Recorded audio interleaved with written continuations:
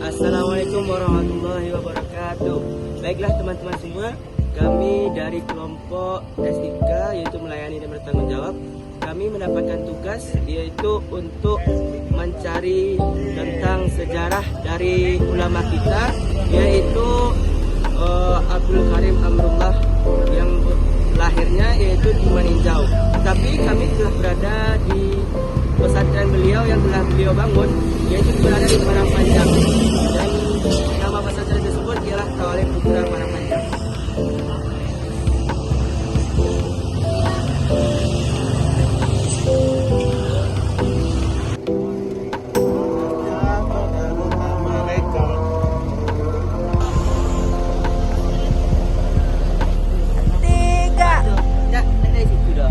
Sebelah Bendeskennya Beko gue lo ya Bendeskennya.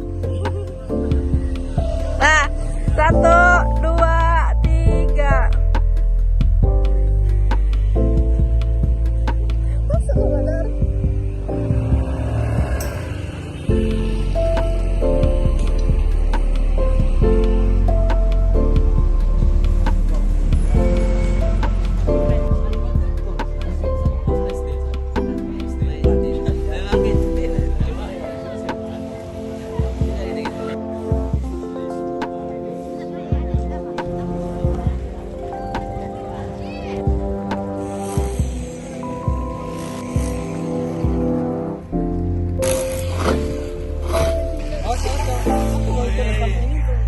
Adalah dokumentasi kami dengan hasil dengan ke Padang Panjang ini ya teman-teman, pertama kegagalan juga menjadikan pelajaran komandan. Wah itu lagi lah. Jadi jangan percaya kepada dosen ya guys ya. Abuya. Karena tidak bisa mendapatkan waktu. betul banget. Dan inilah beberapa dokumentasi wajah-wajah kecapean. deh waktu api dan hikmahnya adalah pejabat. Mantap. Setidaknya kami mendapatkan ini guys. Ya, Masya Allah.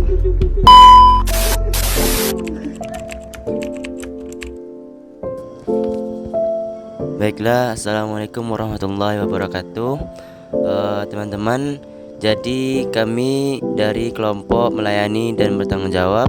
Hari ini kami telah bersama narasumber kita, yaitu dengan Buya Zulhamdi. Jadi kita akan mewawancarai Buya dengan beberapa pertanyaan tentang Abdul Karim Amrullah. Pertanyaan pertama, bagaimana menurut Buya sejarah Syekh Abdul Karim Amrullah dalam memperjuangkan pendidikan modern ini? Ya. Bismillahirrahmanirrahim. Dr. Abdul Karim Amrullah atau dikenal di masa lampau dengan Injak DR memiliki jasa dalam perkembangan pendidikan Islam secara khusus di Minangkabau, tapi pengaruhnya se-Indonesia. Salah satunya dengan mendirikan Tawalib Padang Panjang.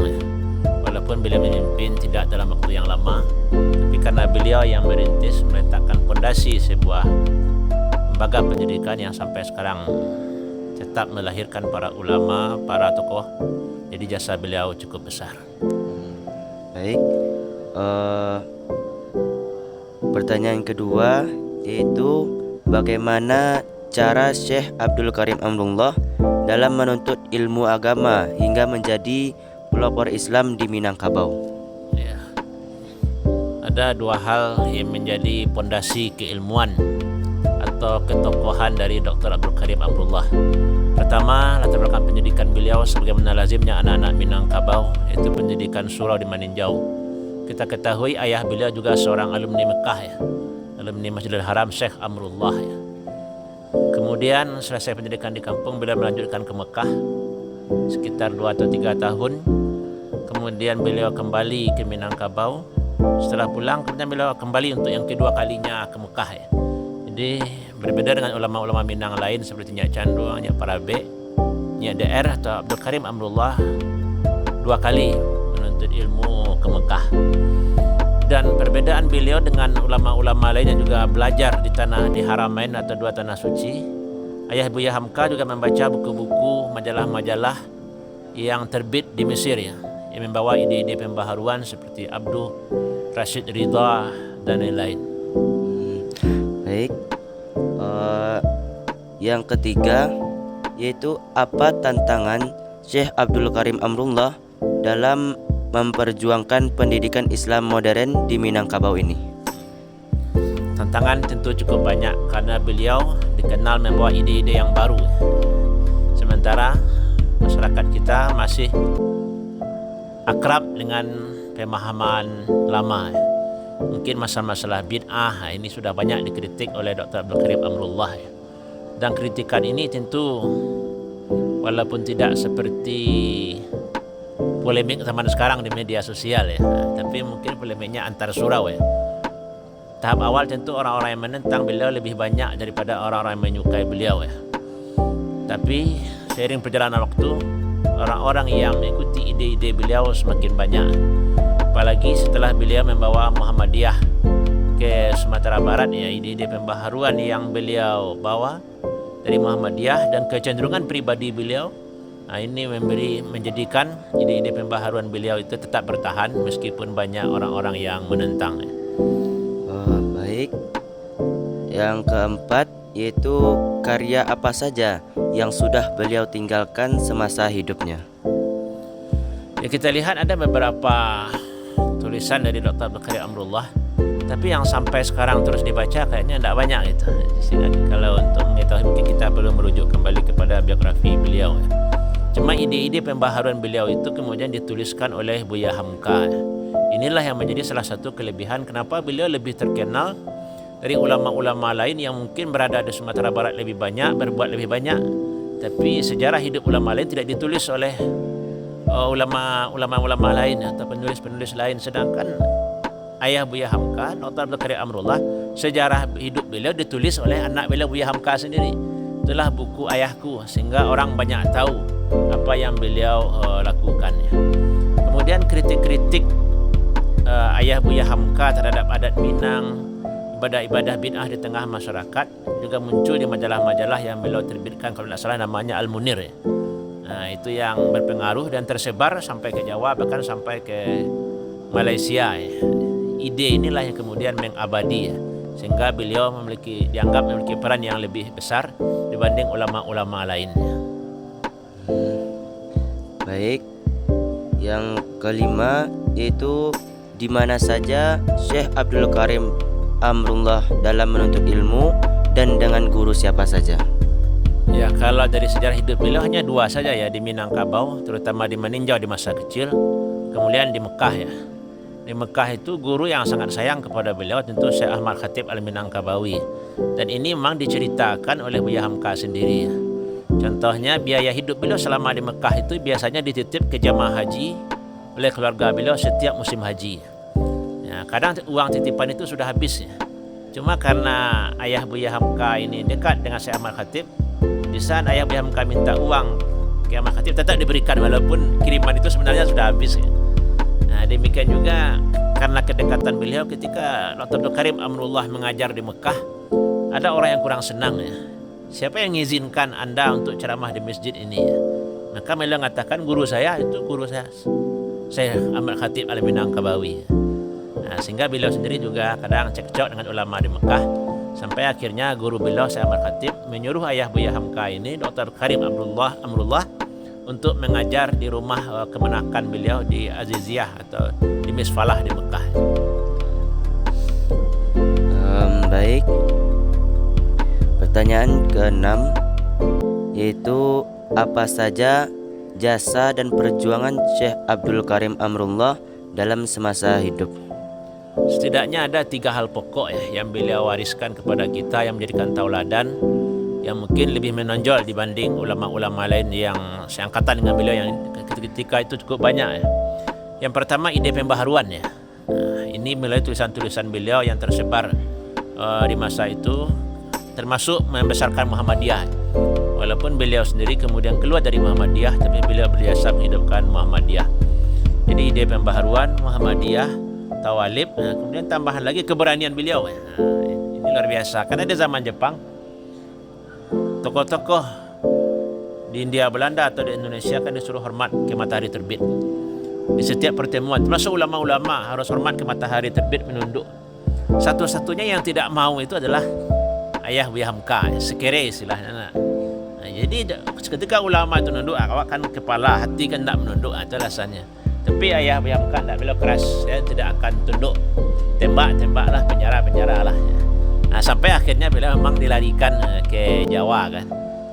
Sampai bila wafat bulan Juni sebelum Indonesia merdeka.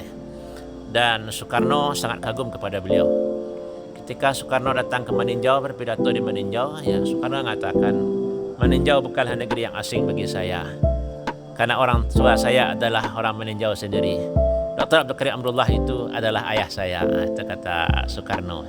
Dan sekarang kalau kita pergi ke mana, ke Museum Buya Hamka, kan ditulis ada kata-kata Soekarno itu. Dan memang Soekarno sangat kagum ya, kepada Dr. Abdul Karim Amrullah, karena ide-ide pembaharuannya termasuk keberaniannya. Ini hal yang sangat menonjol di sisi kehidupan Dr. Abdul Karim Amrullah. Baik, pertanyaan selanjutnya yaitu siapa tokoh penerus perjuangan dari Syekh Abdul Karim Amrullah? Kalau kita lihat murid-murid yang terpengaruh dengan beliau cukup banyak. Apalagi kalau kita melihat tokoh-tokoh Islam di Jawa seperti Ahmad Sanusi dan tokoh-tokoh Muhammadiyah sendiri, Ki Haji Ahmad Dahlan atau teman-teman beliau. Kalau untuk di Sumatera Barat yang sering disebut sebagai murid beliau yang terpengaruh dengan beliau adalah Zainuddin Labai dan Rahmah El Yunusiah serta Rasuna Said. Itu kan dianggap hasil didikan dari Nyek DR ya, ketika beliau berada di Padang Panjang ya. Dan barangkali banyak tokoh-tokoh yang lainnya, tapi tidak terkenal ya. Dan yang membuktikan beliau itu tokoh besar, di saat beliau di penjara oleh Jepang, ya tokoh-tokoh di Sumatera Barat, ulama-ulama termasuk yang tidak seide dengan beliau, justru berusaha untuk membela beliau ya, agar beliau dibebaskan oleh Jepang ya. Termasuk Syekh Sulaiman Ar-Rasuli, Nyak Canduang itu berusaha bagaimana agar ayah Buya Hamka ini bebas ya, karena dulu walaupun beda pendapat, beda mungkin dalam masalah fikih, ide pembaharuan, tetap saja seperguruan dulu di Mekah ya. Sama dengan antum sekarang, nah sama-sama perguruan tinggi, mungkin nanti idenya beda-beda pula setelah jadi tokoh, nah atau bersaing pula jadi bupati wali kota nanti di Sumbar kan. Tidak kita jalan hidup. Nah kira-kira seperti itu. Baik, selanjutnya bagaimana karakter atau kepribadian beliau di mata keluarga dan murid-muridnya? Ya, semua orang-orang dekat beliau seperti diceritakan oleh Buya Hamka dalam Ayahku itu orang sangat terpengaruh ya. Orang sangat kagum kepada keberanian beliau, keberanian dan ide-ide pembaharuan ya. Jadi di saat orang bicara Dr. Karim Amrullah, yang terbayang itu adalah keberanian dan ide-ide pembaharuannya. Karena beliau sendiri beda dengan ulama-ulama lain. Kalau ulama seangkatan beliau di Mekah seperti Syekh Sulaiman Ar-Rasuli, Nyak Canduang sampai tua aja di guru kan. Sampai tahun 70 meninggal di usia hampir 100 tahun. Nyak Jaho sampai meninggal jadi guru. Sementara ayah Buya Hamka ini kan sebentar. Tahun 45 beliau sudah meninggal kan. Belum terlampau tua. Tidak banyak berbuat sebenarnya. Cuma ide pembaharuan ya, kepribadian beliau yang kemudian dituliskan oleh Buya Hamka menjadikan nama beliau selalu harum, selalu dikenang ya. Baik, pertanyaan terakhir yaitu apa pelajaran yang bisa kita ambil dari kehidupan Syekh ini untuk konteks kehidupan saat ini? Ini mungkin yang sangat penting. Yang pertama seperti tadi, keberanian ya. Mungkin sekarang sarjana agama itu banyak nak, pergi sagi banyak nak, SPDI dan sebagainya. Bahkan magister agama itu banyak. Dokter-dokter agama itu dalam setahun mungkin ribuan dari seluruh perguruan tinggi. Tapi keberanian menyatakan kebenaran, keberanian menyatakan pendapat, keberanian menentang hal-hal yang tidak benar. Nah, ini warisannya itu perlu kita pertahankan. Apalagi zaman sekarang mungkin zaman menjilat saja nah. Apalagi kalau pilkada di musim lapar itu semua orang susah itu. Karena semuanya cari makan. Jadi ayah Buya Hamka, keberanian itu yang harus menonjol. Karena keilmuan tanpa sebuah keberanian itu tidak akan melahirkan perubahan apa-apa. Dalam disiplin ilmu apa saja, pembaharuan ilmu itu membutuhkan tajdid ya. Setiap bidang keilmuan, apakah fisika, kimia, ilmu tafsir, ilmu hadis membutuhkan pembaharuan. Dan pembaharuan itu membutuhkan orang-orang yang berani. Ini yang perlu ditauladani oleh para penuntut ilmu, orang-orang berilmu, akademisi, para sarjana ya. Yang kedua, keulamaan seseorang itu tidak dinilai hanya sebatas kesalehan, banyak ilmu ya. Tapi bagaimana visi misi yang dia pegang teguh sampai akhir hayatnya. Kalau Dr. Abdul Karim Amrullah, semangat pembaharuan itu yang menonjol dalam dirinya. Hari ini mungkin kita memiliki doktor, profesor, tapi kita tidak tahu ya apa misi-misi hidupnya ya. Setelah dia meninggal nanti apa yang akan berkesan bagi seseorang, kadang tidak ada ya. Bukan kita merendahkan, menafikan, tapi realitanya seperti itu. Profesor, doktor dihormati, kadang karena jabatannya, dia dekan, dia rektor. Tapi apa sosok keilmuannya yang menonjol di tengah masyarakat yang akan abadi, ini kadang yang kurang tampak ya. Jadi antum ya mahasiswa sekarang hendaknya ada nilai-nilai visi misi yang akan kita perjuangkan dalam hidup ini, sehingga setelah kita hilang tidak punya jabatan atau setelah kita wafat, nama kita akan tetap abadi. Dan hidup, apa kata Iqbal, hidup bukan ukuran masa ya. Umur bukan ukuran waktu ya. Sehari singa di rimba sama dengan 1000 tahun bagi domba ya. Karena singa itu hidup dengan keberanian ya, penuh dengan ide. Dengan domba ketakutan terus ya.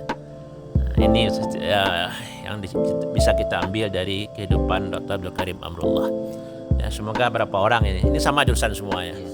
Nah, menjadi orang-orang seperti itu, berani menyuarakan kebenaran, istiqamah, jelas visi misi dalam hidup.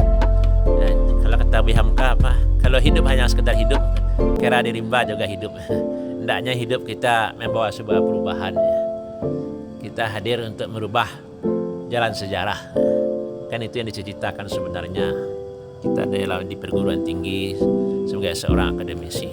Dan itu mengucapkannya berat, tapi membuktikannya sebuah perjuangan. Itulah tugas antum nanti. Sekarang semester berapa ini? Semester 1 ya. Oh, baru ya. Masih baru. Dakwah itu ya. Profesor dakwah. Ya, semoga sukses semuanya. Baiklah teman-teman, berikut itulah sedikit penjelasan tentang sejarah Syekh Abdul Karim Amrullah. Dan kita berterima kasih kepada narasumber kita yaitu Buya Zulhamdi. Semoga apa yang disampaikan bisa menjadi amalan terbaik kita, dan kita bisa menjadi penerus bagi ulama-ulama untuk kedepannya. Mungkin cukup sekian. Assalamualaikum warahmatullahi wabarakatuh.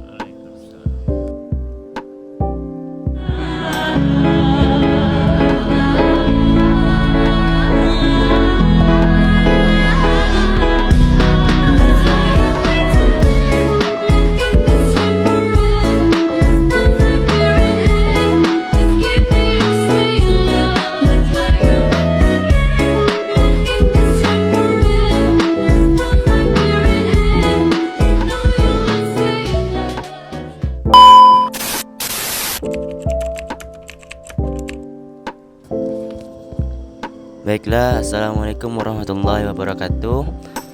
Teman-teman, jadi kami dari kelompok melayani dan bertanggung jawab. Hari ini kami telah bersama narasumber kita, yaitu dengan Buya Zulhamdi. Jadi kita akan mewawancarai Buya dengan beberapa pertanyaan tentang Abdul Karim Amrullah. Pertanyaan pertama, bagaimana menurut Buya sejarah Syekh Abdul Karim Amrullah dalam memperjuangkan pendidikan modern ini? Bismillahirrahmanirrahim. Dr. Abdul Karim Amrullah atau dikenal di masa lampau dengan Inyak DR memiliki jasa dalam perkembangan pendidikan Islam secara khusus di Minangkabau, tapi pengaruhnya se-Indonesia. Salah satunya dengan mendirikan Tawalib Padang Panjang. Walaupun beliau memimpin tidak dalam waktu yang lama, tapi karena beliau yang merintis, meletakkan fondasi sebuah lembaga pendidikan yang sampai sekarang tetap melahirkan para ulama, para tokoh. Jadi jasa beliau cukup besar. Baik, pertanyaan kedua yaitu bagaimana cara Syekh Abdul Karim Amrullah dalam menuntut ilmu agama hingga menjadi pelopor Islam di Minangkabau? Ya. Ada dua hal yang menjadi pondasi keilmuan atau ketokohan dari Dr. Abdul Karim Amrullah. Pertama, latar belakang pendidikan beliau sebagaimana lazimnya anak-anak Minangkabau, yaitu pendidikan surau di Maninjau. Kita ketahui ayah beliau juga seorang alumni Mekah ya, alumni Masjidil Haram Syekh Amrullah ya. Kemudian selesai pendidikan di kampung, beliau melanjutkan ke Mekah sekitar 2 atau 3 tahun. Kemudian beliau kembali ke Minangkabau. Setelah pulang, kemudian beliau kembali untuk yang kedua kalinya ke Mekah ya. Jadi berbeda dengan ulama-ulama Minang lain seperti Nyak Candu, Nyak Parabe, Nyak DR atau Abdul Karim Amrullah 2 kali menuntut ilmu ke Mekah. Dan perbedaan beliau dengan ulama-ulama lain yang juga belajar di Haramain atau 2 tanah suci, ayah Buya Hamka juga membaca buku-buku, majalah-majalah yang terbit di Mesir ya, yang membawa ide-ide pembaharuan seperti Abdul Rashid Ridha dan lain-lain. Baik. Yang ketiga yaitu apa tantangan Syekh Abdul Karim Amrullah dalam memperjuangkan pendidikan Islam modern di Minangkabau ini? Tantangan tentu cukup banyak karena beliau dikenal membawa ide-ide yang baru. Sementara masyarakat kita masih akrab dengan pemahaman lama. Mungkin masalah-masalah bid'ah ini sudah banyak dikritik oleh Dr. Abdul Karim Amrullah. Dan kritikan ini tentu walaupun tidak seperti polemik zaman sekarang di media sosial ya, tapi mungkin polemiknya antar surau ya. Tahap awal tentu orang-orang yang menentang beliau lebih banyak daripada orang-orang yang menyukai beliau ya. Tapi seiring perjalanan waktu, orang-orang yang mengikuti ide-ide beliau semakin banyak. Apalagi setelah beliau membawa Muhammadiyah ke Sumatera Barat ya, ide-ide pembaharuan yang beliau bawa dari Muhammadiyah dan kecenderungan pribadi beliau, ini menjadikan ide-ide pembaharuan beliau itu tetap bertahan meskipun banyak orang-orang yang menentang. Baik. Yang keempat yaitu karya apa saja yang sudah beliau tinggalkan semasa hidupnya? Ya, kita lihat ada beberapa tulisan dari Dr. Abdul Karim Amrullah, tapi yang sampai sekarang terus dibaca kayaknya tidak banyak gitu. Sehingga kalau untuk mengetahui mungkin kita perlu merujuk kembali kepada biografi beliau ya. Cuma ide-ide pembaharuan beliau itu kemudian dituliskan oleh Buya Hamka. Inilah yang menjadi salah satu kelebihan kenapa beliau lebih terkenal dari ulama-ulama lain yang mungkin berada di Sumatera Barat lebih banyak, berbuat lebih banyak. Tapi sejarah hidup ulama lain tidak ditulis oleh ulama-ulama lain atau penulis-penulis lain. Sedangkan ayah Buya Hamka, Dr. Abdul Karim Amrullah, sejarah hidup beliau ditulis oleh anak beliau Buya Hamka sendiri. Itulah buku ayahku, sehingga orang banyak tahu apa yang beliau lakukan ya.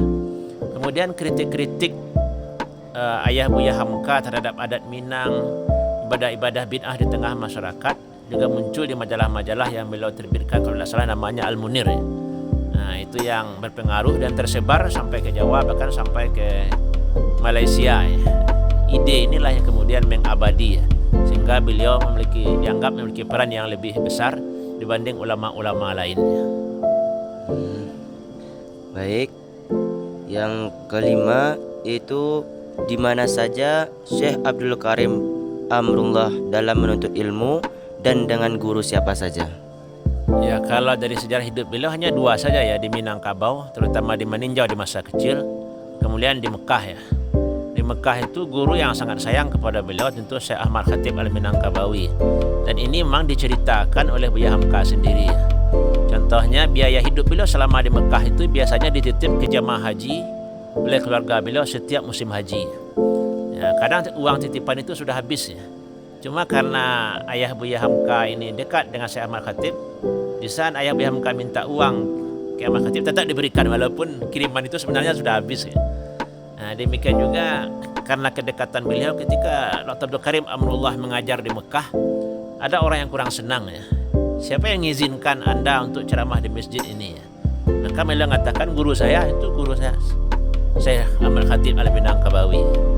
Nah, sehingga beliau sendiri juga kadang cekcok dengan ulama di Mekah, sampai akhirnya guru beliau Syekh Ahmad Khatib menyuruh ayah Buya Hamka ini Dr. Karim Amrullah untuk mengajar di rumah kemenakan beliau di Aziziyah atau di Misfalah di Mekah. Baik. Pertanyaan ke-6 yaitu apa saja jasa dan perjuangan Syekh Abdul Karim Amrullah dalam semasa hidup? Setidaknya ada 3 hal pokok yang beliau wariskan kepada kita yang menjadikan tauladan yang mungkin lebih menonjol dibanding ulama-ulama lain yang seangkatan dengan beliau yang ketika itu cukup banyak. Yang pertama, ide pembaharuan ya. Ini melalui tulisan-tulisan beliau yang tersebar di masa itu, termasuk membesarkan Muhammadiyah. Walaupun beliau sendiri kemudian keluar dari Muhammadiyah, tapi beliau berjasa menghidupkan Muhammadiyah. Jadi ide pembaharuan, Muhammadiyah, tawalib, kemudian tambahan lagi keberanian beliau. Ini luar biasa. Karena di zaman Jepang, tokoh-tokoh di India, Belanda atau di Indonesia kan disuruh hormat ke matahari terbit. Di setiap pertemuan, termasuk ulama-ulama harus hormat ke matahari terbit, menunduk. Satu-satunya yang tidak mau itu adalah Ayah Buya Hamka, sekere istilahnya. Jadi ketika ulama itu menunduk, awak kan kepala, hati kan tidak menunduk, itu alasannya. Tapi Ayah Buya Hamka tidak, beliau keras, saya tidak akan tunduk. Tembak-tembaklah, penjara-penjara lah. Sampai akhirnya beliau memang dilarikan ke Jawa kan. Sampai beliau wafat bulan Juni sebelum Indonesia merdeka ya. Dan Soekarno sangat kagum kepada beliau. Ketika Soekarno datang ke Meninjau, berpidato di Meninjau, ya Soekarno mengatakan, Meninjau bukanlah negeri yang asing bagi saya, karena orang tua saya adalah orang Meninjau sendiri. Dr. Abdul Karim Amrullah itu adalah ayah saya, itu kata Soekarno. Dan sekarang kalau kita pergi ke mana, ke Museum Buya Hamka, kan ditulis kata-kata Soekarno itu. Dan memang Soekarno sangat kagum ya, kepada Dr. Abdul Karim Amrullah karena ide-ide pembaharuannya termasuk keberaniannya. Ini hal yang sangat menonjol di sisi kehidupan Dr. Abdul Karim Amrullah. Baik, pertanyaan selanjutnya yaitu siapa tokoh penerus perjuangan dari Syekh Abdul Karim Amrullah? Kalau kita lihat murid-murid yang terpengaruh dengan beliau cukup banyak. Apalagi kalau kita melihat tokoh-tokoh Islam di Jawa seperti Ahmad Sanusi dan tokoh-tokoh Muhammadiyah sendiri, Ki Haji Ahmad Dahlan dan teman-teman beliau. Kalau untuk di Sumatera Barat yang sering disebut sebagai murid beliau yang terpengaruh dengan beliau adalah Zainuddin Labai dan Rahmah El Yunusiyah serta Rasuna Said. Itu kan dianggap hasil didikan dari Nyek DR ya, ketika beliau berada di Padang Panjang ya. Dan barangkali banyak tokoh-tokoh yang lainnya, tapi tidak terkenal ya. Dan yang membuktikan beliau itu tokoh besar, di saat beliau dipenjara oleh Jepang, ya tokoh-tokoh di Sumatera Barat, ulama-ulama termasuk yang tidak seide dengan beliau, justru berusaha untuk membela beliau ya, agar beliau dibebaskan oleh Jepang ya. Termasuk Syekh Sulaiman Ar-Rasuli, Nyak Canduang itu berusaha bagaimana agar Ayah Buya Hamka ini bebas ya, karena dulu walaupun beda pendapat, beda mungkin dalam masalah fikih, di ide pembaharuan, tetap saja seperguruan dulu di Mekah ya. Sama dengan antum sekarang, nah sama-sama perguruan tinggi, mungkin nanti idenya beda-beda pula setelah jadi tokoh, nah tapi bersaing pula jadi bupati wali kota nanti di Sumbar kan. Atau kita jalan hidup. Nah kira-kira seperti itu. Baik, selanjutnya bagaimana karakter atau kepribadian beliau di mata keluarga dan murid-muridnya? Ya, semua orang-orang dekat beliau seperti diceritakan oleh Buya Hamka dalam Ayahku itu memang orang sangat terpengaruh ya. Orang sangat kagum kepada keberanian beliau, keberanian dan ide-ide pembaharuan ya. Jadi di saat orang bicara Dr. Karim Amrullah, yang terbayang itu adalah keberanian dan ide-ide pembaharuannya. Karena beliau sendiri beda dengan ulama-ulama lain.